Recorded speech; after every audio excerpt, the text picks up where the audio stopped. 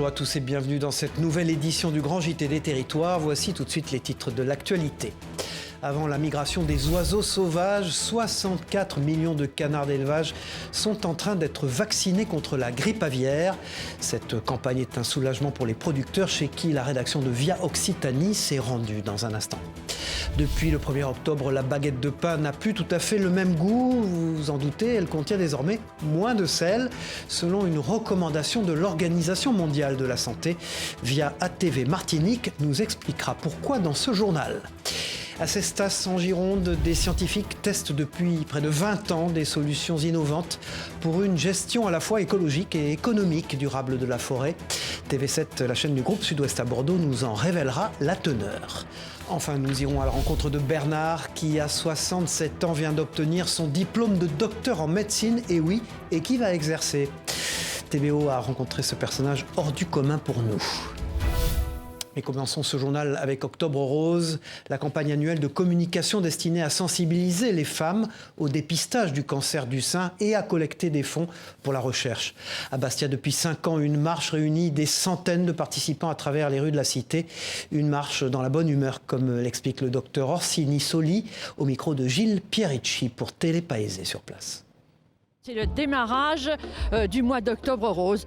Donc pour nous, c'est la fête. Et puis en même temps, c'est la possibilité d'avoir beaucoup de dons aussi à l'occasion d'aujourd'hui, mais aussi de toutes les marches qu'on va avoir durant le mois d'octobre, parce que nous en avons une dizaine, plus de nombreux autres événements. Tout à fait autre chose, rendue obligatoire par la France, la vaccination des canards contre l'influenza aviaire a débuté pour le plus grand soulagement des producteurs de foie gras. 64 millions de palmipèdes vont être vaccinés ces prochaines semaines pour limiter la propagation du virus et permettre enfin aux éleveurs de mettre fin à cette épizootie qui sévit depuis près de 3 ans. Geoffrey Priol s'est rendu dans le Gers pour Via Occitanie. Regardez. Plus de 10 000 canards sur les 30 000 de cet élevage à la Barthette à l'ouest du Gers sont vaccinés contre la grippe aviaire. Une vaccination nécessaire et attendue par les éleveurs fortement impactés ces dernières années. On n'a pas voulu rentrer les canards tant que le vaccin n'était pas là. C'était impossible de continuer ainsi, autant arrêter. Donc c'est un soulagement pour nous enfin que le vaccin soit là. La vaccination est obligatoire et réalisée par des vétérinaires qui se rendent dans les élevages. Elle est effectuée sur des canards âgés de 10 jours par voie sous-cutanée, avec une deuxième dose de rappel 18 jours plus tard. C'est une vaccination qui limite très bien l'apparition de signes cliniques. Par contre, on ne peut pas être sûr et certain qu'il n'y ait pas d'introduction de virus sauvage quand même dans l'élevage. Et c'est pour ça qu'on réalise en fait en parallèle un gros monitoring dans l'élevage à partir du moment où ils sont vaccinés pour vérifier qu'il n'y ait pas de virus sauvage qui circule. Coût total de cette vaccination cette année pour les 64 millions de canards, 100 millions d'euros couverts à 85% par l'État cette année et en 2024. Le vaccin, qu'est-ce qu'il va faire? Il va réduire la capacité de diffusion, il va réduire les effets. Voilà. Et c'est ça qu'on voulait, c'est qu'on ait une diffusion qui se limite et qu'à terme, on puisse voir, si ce n'est disparaître, en tout cas voir de façon résiduelle réapparaître des foyers. Une protection collective pour favoriser une filière qui espère se relancer pour les fêtes de fin d'année, sans l'ombre de la grippe aviaire.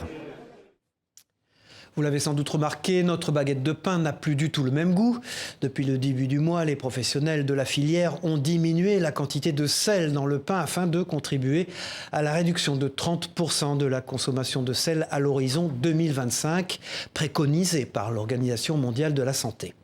Aude Sioultidas s'est rendue dans une boulangerie de Fort-de-France pour ATV Martinique. Regardez.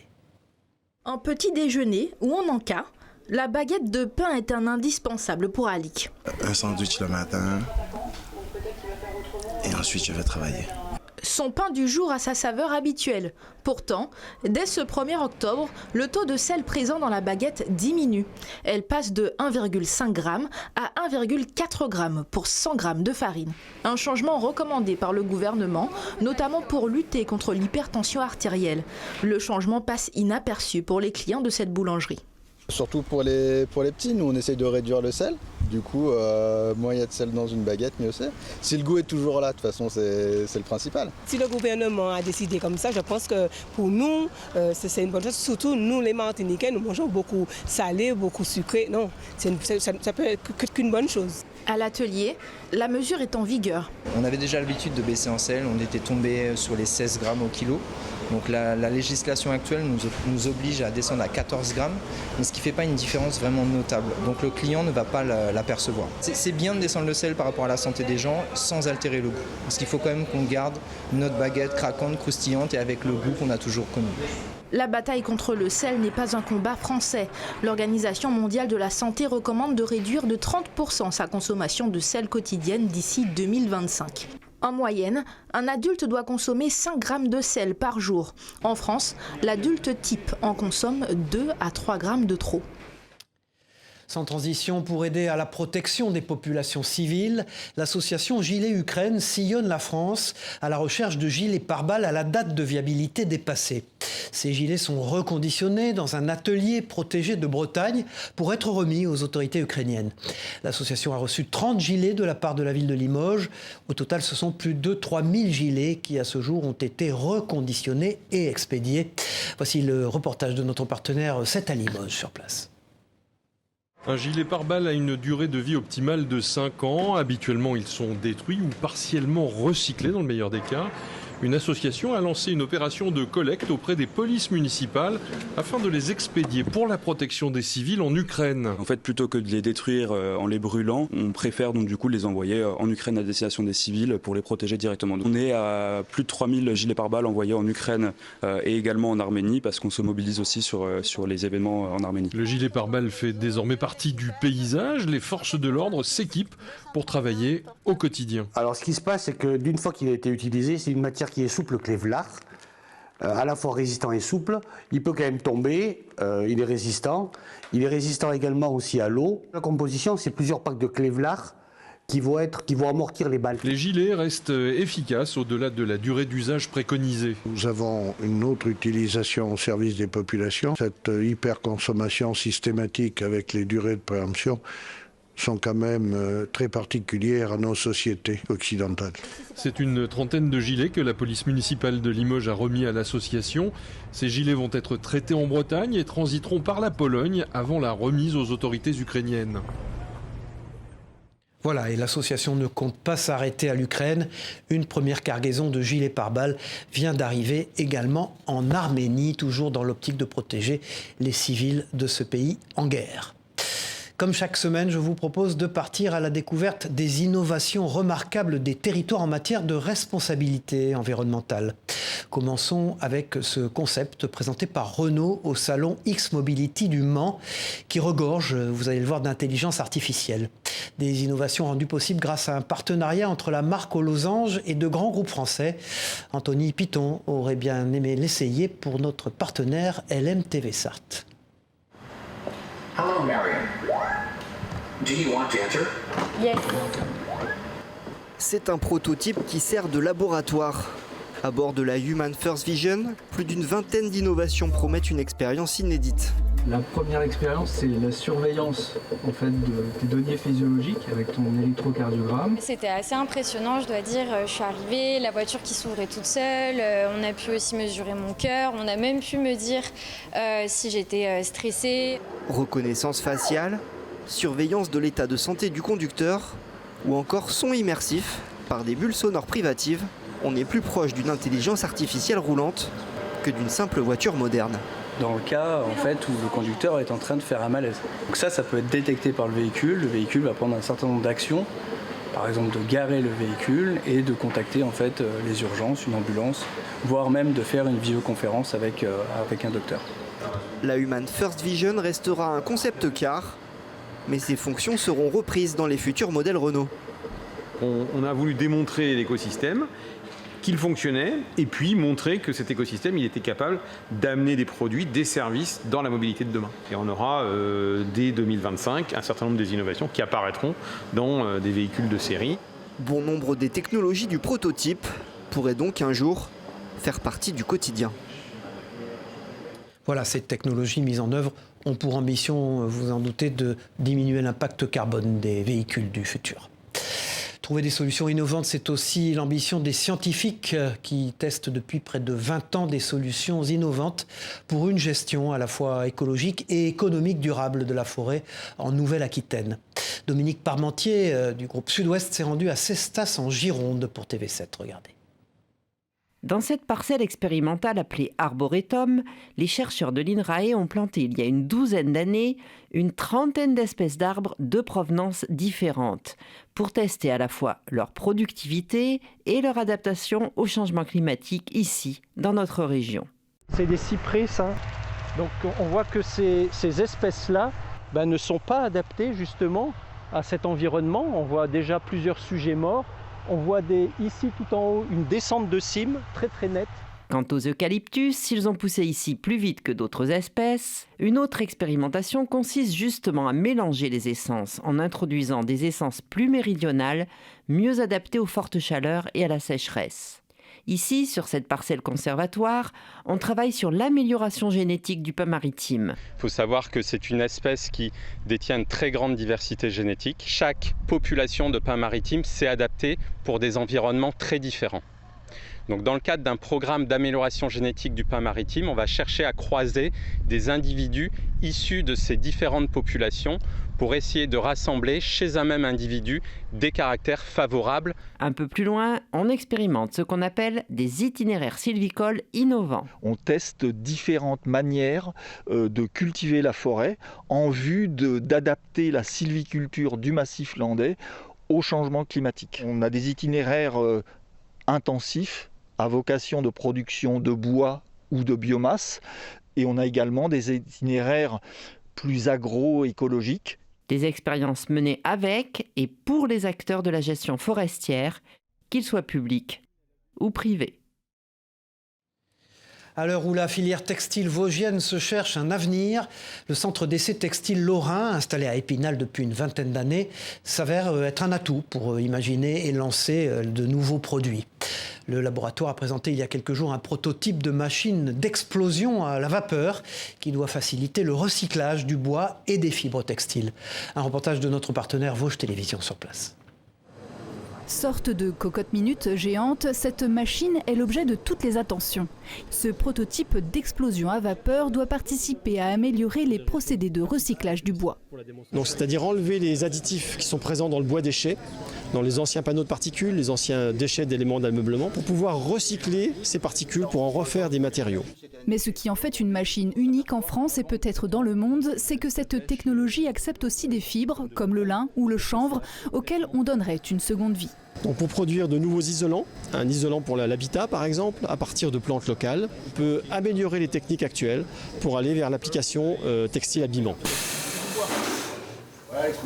Ces recherches universitaires intéressent hautement la région Grand Est qui participe avec l'Europe et des investisseurs privés à cette phase test.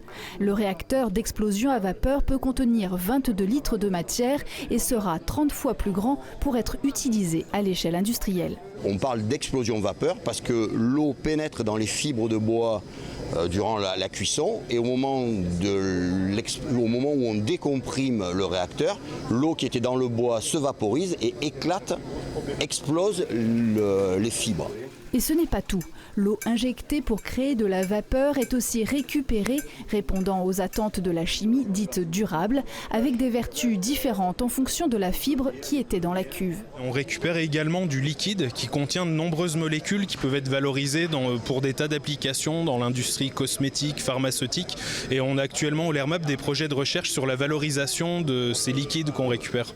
Du bioéthanol par exemple. Les recherches vont consister à étudier la qualité des matières extraites par ce procédé peu énergivore, un procédé qui existe depuis le début du XXe siècle mais dont l'étude avait été abandonnée après la Seconde Guerre mondiale avec l'avènement et l'abondance du pétrole. Phénomène expliqué ou inexpliqué, en Champagne, les Rémois ont eu la surprise de voir apparaître de longs filaments un peu partout dans le ciel avant de finir au sol. Intrigué, Antonin L'Huillier est allé poser la question à un spécialiste de la nature pour le journal de l'Union. Et sa réponse est étonnante. Écoutez. Ce drôle de phénomène s'appelle le ballooning. Il s'agit d'un moyen de locomotion aérien pour les petites araignées. Afin de se lancer, elles lèvent leur abdomen, expulsent un fil et utilisent les courants d'air chaud, parfois sur plusieurs kilomètres. Mais alors, pourquoi en ce moment nous avons posé la question au Rémois Alexis Bourgeois, trésorier de l'association Mission Spider. Il nous précise que l'automne est une période très active pour les araignées avec de nombreux déplacements, notamment pour se reproduire. Et si vous êtes arachnophobe, pas d'inquiétude, ces araignées ne mesurent que 2 à 3 mm. Une page économie dans ce journal, le coût de la vie peut être un frein à l'implantation de fonctionnaires dans certains territoires. Depuis des années, des élus hauts-savoyards réclamaient une indemnité pour faire face au coût de la vie dans certains départements limitrophes de la Suisse. Le gouvernement a finalement décidé de l'octroyer aux fonctionnaires qui travaillent dans 62 communes de la Haute-Savoie et de l'Ain. Les précisions du ministre de la fonction publique au micro d'Emmanuel Jo, notre partenaire 8 Mont-Blanc. Je crois qu'on vient répondre à une problématique particulière et au fond, c'est une mesure de justice que je suis venu annoncer aujourd'hui. Elle a un coût financier, 25 millions d'euros, qui sera assumé. Ces 25 millions d'euros qui seront donnés en pouvoir d'achat aux 29 000 agents de la fonction publique dans 62 communes. Mais c'est un outil supplémentaire donné aux employeurs pour regagner en attractivité et, in fine, rendre le service public. Je vous propose maintenant de parler éducation et de confirmer ce vieux proverbe « La valeur n'attend pas le nombre des années ». 30 ans après avoir abandonné ses études de médecine pour des raisons financières, Bernard Pinault a repris son parcours universitaire et vient d'obtenir son diplôme. Maël Delmure l'a rencontré à Brest pour TBO et c'est étonnant, regardez.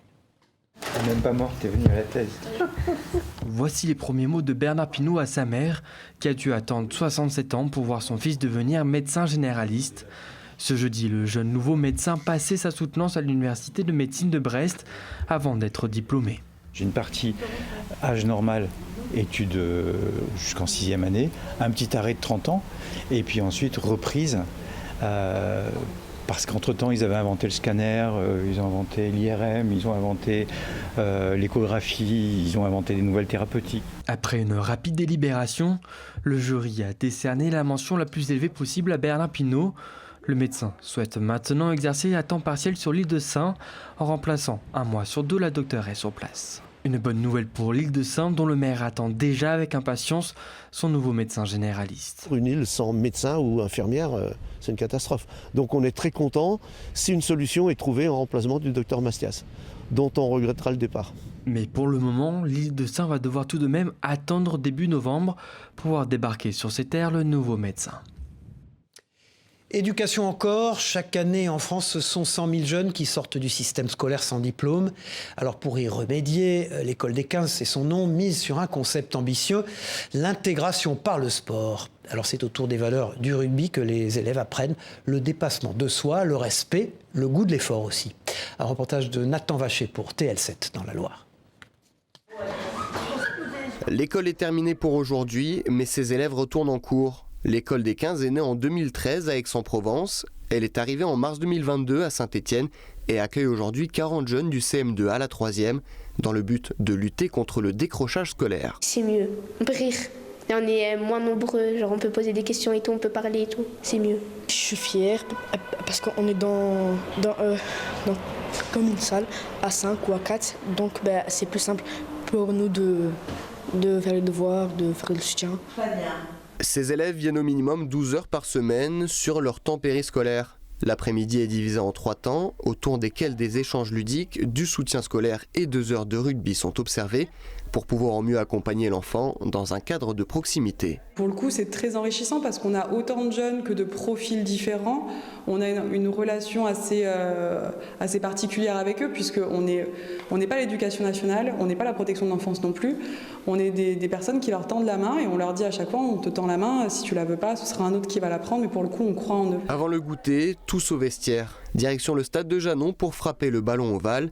Avant d'entrer à l'école des 15, certains n'avaient jamais joué au rugby. Je connaissais, mais je ne savais pas jouer. On court, on parle, c'est bien. L'activité sportive a été déterminée pour ses valeurs. L'école des 15 met en avant l'idée d'apprendre de ses erreurs, de progresser dans la difficulté, mais surtout d'aller de l'avant en équipe, que ce soit dans la salle de cours ou sur le rectangle vert.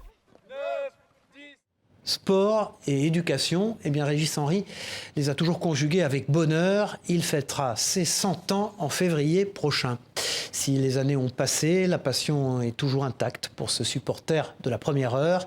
Instituteur, il a été le témoin privilégié de l'histoire du football local. Comme chaque week-end, il était bien sûr de la partie pour la rencontre opposant l'Estac à Auxerre. Et notre partenaire de Canal 32 l'a accompagné au stade de l'Aube. Regardez. Comme avant chaque match de l'Estac, Régis Henry se prépare. Au mois de février, il fêtera ses 100 ans. Les années ont passé, les souvenirs se brouillent parfois. La passion du football, elle, est toujours intacte pour ce supporter de la première heure. Je suis né le 10 février 1924. Quand j'étais jeune, j'ai fait du football. Bon, j'étais supporter de la STS et puis de tous ceux qui ont suivi. Je suis allé au stade de l'Aube, j'avais quel âge j'avais ? J'avais 12 ans. Le stade de l'Aube, Régis le connaît bien. Il est né peu avant son inauguration. Les derbys face aux Reims de Juste-Fontaine, la Coupe d'Europe à l'aube des années 2000. Ce samedi après-midi, c'est un autre derby qu'il s'apprête à vivre face aux voisins auxerrois. 14h sonne, l'heure de partir pour le stade. Régis n'a plus de voiture, c'est Roland, son ami, qui assurera le trajet. Une amitié insolite née il y a 8 ans. La première rencontre que j'ai faite avec Régis, c'était au stade de l'Aube. J'allais prendre mes places. Et puis j'ai vu arriver Régis, alors je dis qu'est-ce que vous faites ? Il me dit je vais au match. Alors j'ai dit c'est bien, et je dis venez avec moi, j'ai une place de libre. Attendez, qu'il me dit je vais prendre ma place. J'ai dit non, je vous la donne, on y va ensemble. À 15h, le coup d'envoi est donné et l'ambiance est au rendez-vous. 90 minutes plus tard, malheureusement, c'est la douche froide pour l'Estac. Défaite 2-1. Je reviendrai quand même. Comme n'importe quel supporter, Régis est déçu. Il reste malgré tout philosophe, avec l'espoir d'avoir encore quelques beaux matchs devant lui. L'année prochaine, Régis et son épouse Liliane auront tous les deux 100 ans. Il faut courir vite, mais surtout ne pas en perdre une goutte. La course des garçons de café de Grenoble est l'occasion de mettre en avant les métiers de la restauration et de l'hôtellerie. Dans cette épreuve atypique, le vainqueur n'est pas forcément le plus rapide, vous allez le voir. Émilien, d'ailleurs, le vainqueur du jour, l'a expliqué à Ambre Crozet pour Télé Grenoble. Ça fait plaisir, un peu essoufflé parce que étonnamment on a quand même 400 mètres à parcourir, donc c'est assez imposant. Le plus dur dans l'épreuve, c'est vraiment de garder tout sur le plateau, de ne pas faire renverser, tout en prenant les distances avec chacun. Voilà, c'est bien d'amortir sur les jambes et puis on regarde tout droit, quoi. Voilà de futurs serveurs donc qui deviendront peut-être sommeliers et serviront à leurs clients l'unique vin récolté à Paris. C'est d'ailleurs notre partenaire 20 Minutes TV qui a assisté aux vendanges à Paris, au Clos Montmartre. On regarde le reportage. Depuis 8 h ce matin, les employés de la ville de Paris coupent les grappes de raisin. Le Clos Montmartre livre la récolte de sa nouvelle cuvée de vin, une véritable tradition. On va faire quelque chose d'assez exceptionnel dans une ville aussi dense que Paris et dans un arrondissement aussi dense que le 18e. On va couper du raisin. On va faire de l'agriculture parce que le 18e, c'est Montmartre, c'est aussi un arrondissement agricole. Et donc tous les ans, au mois de septembre, on vendange, on coupe le raisin, on offre ce raisin au comité des fêtes et d'action sociale du 18e qui vont faire du vin. Et on prépare ce grand moment de la vie de l'arrondissement qui est la fête des vendanges. Et les grappes de raisin parisiennes ne quittent pas un seul moment le 18e arrondissement. On fait le vin physiquement dans la mairie, je crois que c'est la seule mairie de France à l'intérieur de laquelle on fait du vin. Et ce qui est atypique aussi, c'est cette continuité. Depuis 90 ans, on fait ce jus de raisin puis ce vin et on le fait au bénéfice des plus pauvres et des plus en difficulté. Au sous-sol de la mairie, les grappes arrivent par caisse. Première étape, trier les grains destinés au vin rouge et au rosé. Ça, c'est pas mûr, par exemple, ça c'est pas mûr. L'idéal pour un vin rouge, c'est avoir des petites grappes avec des petits grains. Pour un rosé, c'est d'avoir des grappes qui vont avoir une taille un peu plus grande et qui vont avoir surtout beaucoup plus de jus. Un processus de vinification en 3 étapes. La première, les raflages. Les rafles, c'est ça. C'est la partie verte de la grappe. Ça, c'est la rafle. Donc on va enlever parce que ça donne des goûts végétaux, amers. Les raisins passent ensuite dans le ballon du pressoir, puis la cuve de macération, où ils reposeront 1 à 3 semaines. Si le processus est le même, impossible de savoir le goût de cette nouvelle cuvée. C'est ça qui est intéressant avec le vin, c'est qu'il est différent tous les ans. Et pour le découvrir, il faudra attendre la fin de la période d'élevage du vin. Les 1500 bouteilles seront vendues lors de la 91e édition de la Fête des Vendanges en 2024. Voilà, avant de nous quitter, je vous propose de partir à la découverte d'un trésor bien gardé, la basilique de Pibrac. À quelques kilomètres de Toulouse, cette basilique Sainte-Germaine fait forte impression. Ce monument de style romano-byzantin est unique en son genre. Et Mathis Gardan et Clément Gassi sont nos guides pour la Dépêche du Midi. Elle est particulière d'abord parce qu'elle n'a pas été finie, hein, et que c'était un projet qui était surdimensionné par rapport à la taille du village. Il y a une église et une basilique, juste face à face, c'est quand même énorme. On a un hôtel rond aussi, ce qui est quand même pas tout à fait normal. Normalement, un hôtel devrait être rectangulaire. Et on a pris un petit os du pied de Sainte-Germaine, dans les reliques que l'on a, et on a scellé dans l'hôtel un métatarse, un tarse et un métatarse de l'hôtel de pied de Sainte-Germaine. Il n'y a aucune dorure. Il n'y a rien de chair, il n'y a rien, mais il n'y a que des choses qui sont données avec le cœur. C'est-à-dire vous avez beaucoup de tapisseries qui ont été données. Sainte-Germaine méritait d'avoir une basilique. On s'aperçoit qu'il y avait eu des miracles en pagaille, qu'il y avait des choses. Et quand on regarde maintenant ce qui se passe avec les gens qui viennent, il se passe toujours des choses extraordinaires. Mais il n'est pas rare, moi quand je fais des visites comme ça, que les gens viennent me dire, vous savez, je suis miraculé de Sainte-Germaine.